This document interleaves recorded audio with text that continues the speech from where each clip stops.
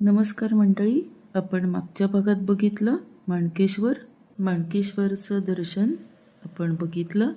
तुम्ही मागचा बघितला नसेल भाग तर लगेचच पहिले बघा, म्हणजे तुम्हाला त्या पुढचं लक्षात येईल.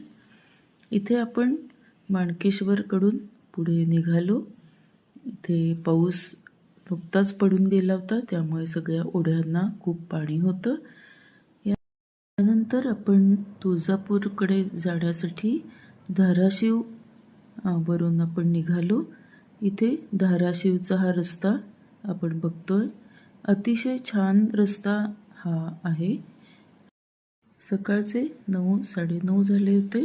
घरातूनच आम्ही नाश्ता करून निघालो होतो. त्यामुळे आता आम्ही तुळजापूरकडे लवकरात लवकर पोचून देवीचं दर्शन घ्यायचं. हे पाऊस अजिबातच नव्हता. इथे आपण बघतोय सोलापूर धाराशिव अशा पद्धतीने हा रस्त्यावरनं, या रस्त्याच्या दोन्ही बाजूला अशा पद्धतीने या विंडमिल म्हणजेच पवनचक्क्या या दोन्ही बाजूनी अशा पद्धतीने फिरत होत्या. अतिशय छान रस्ते, त्यामुळे तुळजापूर कधी आलं ते कळालंच नाही.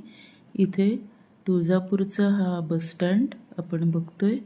लगेचच तुळजापूर आलं असं हा तुळजापूरचा मुख्य चौक. इथून पुढे गाडी पार्किंगसाठी आम्ही जागा बघत होतो.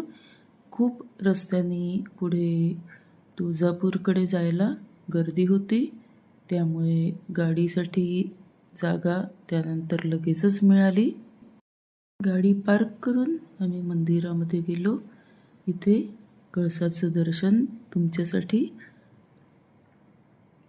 आतमध्ये लाईनीमध्ये उभं राहून आम्ही दर्शन घेतलं.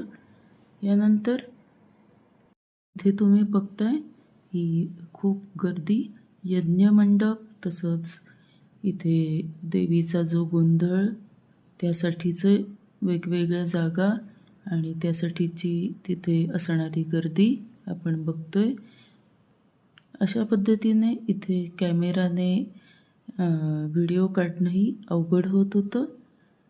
तुमच्यासाठी हा कळसाचं दर्शन नक्की घ्या.